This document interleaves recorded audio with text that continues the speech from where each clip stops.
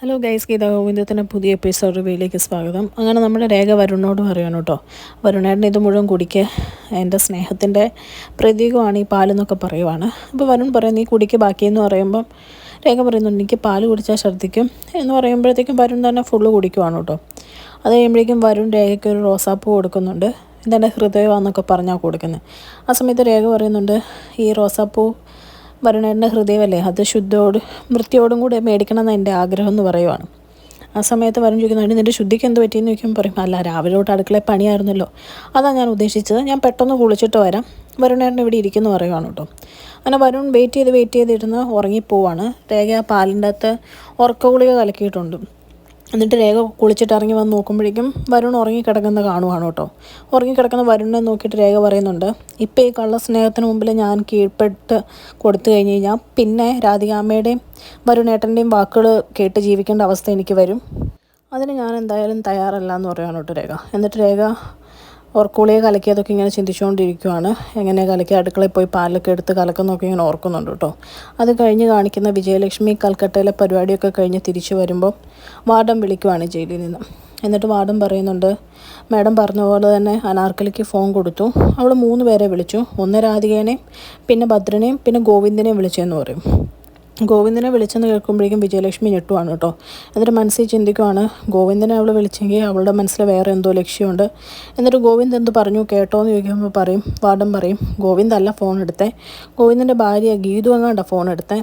അപ്പോൾ ഗീതുവിനോട് എന്ത് പറഞ്ഞെന്ന് ഞെട്ടിട്ട് ചോദിക്കുവാണ് കേട്ടോ വിജയലക്ഷ്മി. അപ്പം പറയും പ്രത്യേകിച്ചൊന്നും പറഞ്ഞില്ല, ഭദ്രനോടും രാധികയോടും കറക്റ്റ് 9 മണിക്ക് തന്നെ വിളിക്കാൻ പറയണമെന്നുള്ള രീതിയിൽ എന്തോ പറഞ്ഞതേ ഉള്ളൂ എന്ന് പറയും. അപ്പോഴേക്കും വാർഡനോട് പറയും ഇനി അവൾക്ക് ഫോൺ കൊടുക്കണ്ട, ഭദ്രനോ രാധികയെ വിളിക്കാൻ പറഞ്ഞു കഴിഞ്ഞാൽ അവരെന്ത് പറഞ്ഞു എന്ന് മാത്രം അവളോട് പറഞ്ഞാൽ മതിയെന്ന് പറയുവാണ് കേട്ടോ. പിന്നെ കാണിക്കുന്ന അവർണികേനാണ്. അവർണിക കിഷോർ ഉറങ്ങിക്കിടക്കുമ്പോൾ ചെന്നാൽ ലാപ്ടോപ്പ് പയ്യെ എടുത്തിട്ട് ഓരോ പാസ്വേഡും ട്രൈ ചെയ്യുകയാണ് കേട്ടോ.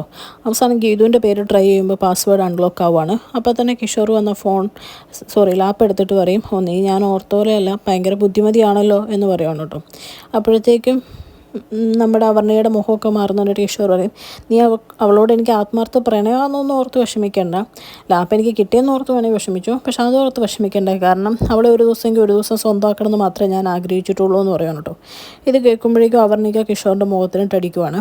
അത് കഴിയുമ്പോഴത്തേക്കും ലാപ്ടോപ്പ് എടുത്ത് മാറുന്ന കിഷോർ അവർണികയുടെ ഓരോന്ന് പറഞ്ഞ് വഴക്കാവുകയാണ് കേട്ടോ. അങ്ങനെ അവർ ഉന്തും തള്ളുവാകുമ്പം അവർണിക പെട്ടെന്ന് ഗണ്ണെടുത്ത് കിഷോറിനെ ഷൂട്ട് ചെയ്യാൻ വേണ്ടി തുടങ്ങുന്നുണ്ട്. അപ്പോഴേക്കും പെട്ടെന്നൊന്നും മിണ്ടാതെ വഴക്ക് നിർത്തിയിട്ട് സൈലൻ്റായിട്ട് കിഷോർ താഴെ പോവാണ് കേട്ടോ. അപ്പോൾ അവർണിക ഓർക്കും ഇത് കാണിച്ച് പേടിപ്പിച്ചെങ്കിൽ അവനപ്പോൾ ആ ലാപ്പും തരാൻ സാധ്യതയുണ്ട്. അതൊന്നും പറഞ്ഞുകൊണ്ട് പുള്ളിക്കാരി താഴെ ഗണ്ണൊക്കെ എടുത്ത് ചെല്ലുമ്പോഴത്തേക്കും കിഷോർ പറയും നീ ഇത് കാണിച്ച് എന്നെ പേടിപ്പിക്കണ്ട, നിനക്ക് ലാപ്പല്ലേ വേണ്ടത്, അത് നീ എടുത്തോ എന്ന് പറഞ്ഞ് കൊടുക്കുവാണ് കേട്ടോ. എന്നിട്ട് പറയുകയാണ് പക്ഷേ ഇതിൻ്റെ അകത്ത് ഇനി ആ ഫയൽ ഉണ്ടാവുകയില്ല, അതാർക്കും ഇനി തിരിച്ചെടുക്കാനും പറ്റത്തില്ല, അങ്ങനത്തെ രീതിയിൽ തന്നെ ഞാനത് ഡിലീറ്റ് ചെയ്ത് കളഞ്ഞിട്ടുണ്ടെന്ന് പറയുന്നു കേട്ടോ. അപ്പോഴത്തേക്കും അവർണിക പറയുക നീ എന്തായാലും ഗീതുവിൻ്റെ ലൈഫ് തകർക്കാമെന്ന് ഓർക്കണ്ട, അവർക്ക് കൂടെ ഞാനും ഉണ്ടായിരിക്കും, നിന്നെ കൊല്ലണ്ട വന്നാൽ കൊന്നു തന്നെ കളയും എന്ന് പറഞ്ഞിട്ട് പോവുകയാണ് കേട്ടോ. പിന്നെ കാണിക്കുന്നത് രാവിലെ ഗീതു എഴുന്നേറ്റ് നോക്കുമ്പോൾ ഗോവിന്ദനെ കാണുകയില്ല. എന്നിട്ട് ഗോവിന്ദൻ എന്ത് ചെയ്യുന്ന അവിടെ ഫുൾ അന്വേഷിച്ച് നടക്കുന്ന സമയത്ത് പെട്ടെന്ന് രാധികാമ്മേനെ കാണും കേട്ടോ. അപ്പോൾ രാധികാമ്മയോട് പറയും ഇന്നലെ രാത്രിയിലേ ആരോ വിളിച്ചായിരുന്നു. രാധികാമ്മയ്ക്ക് അറിയാമെന്നാണ് തോന്നുന്നത്, കാരണം രേഖാമൂലമുള്ള എൻ്റെ അമ്മായിയമ്മയോട് അന്വേഷണം പറയാൻ പറഞ്ഞായിരുന്നു എന്ന് പറയുമ്പോഴത്തേക്കും രാധികാമ്മ ആകെ കൂടെ വേർക്കുവാണ് കേട്ടോ. എന്നിട്ടിങ്ങനെ ആകെ ടെൻഷൻ അടിക്കുക. അപ്പോൾ രേഖാമൂലം ഒരു അമ്മായിയമ്മ ഉണ്ടെന്ന് അവർ പറഞ്ഞപ്പോൾ അതും എനിക്ക് ഇഷ്ടപ്പെട്ടു. അപ്പോൾ രേഖാമൂലമുള്ള അമ്മായിയമ്മ രാധികാമ്മയാണെങ്കിൽ രേഖാമൂലം അല്ലാത്ത ഒരാളുണ്ടാവുകയല്ലേ, അതാരാന്ന് ഇങ്ങനെ ചോദിക്കുവാണ് കേട്ടോ ഗീതു.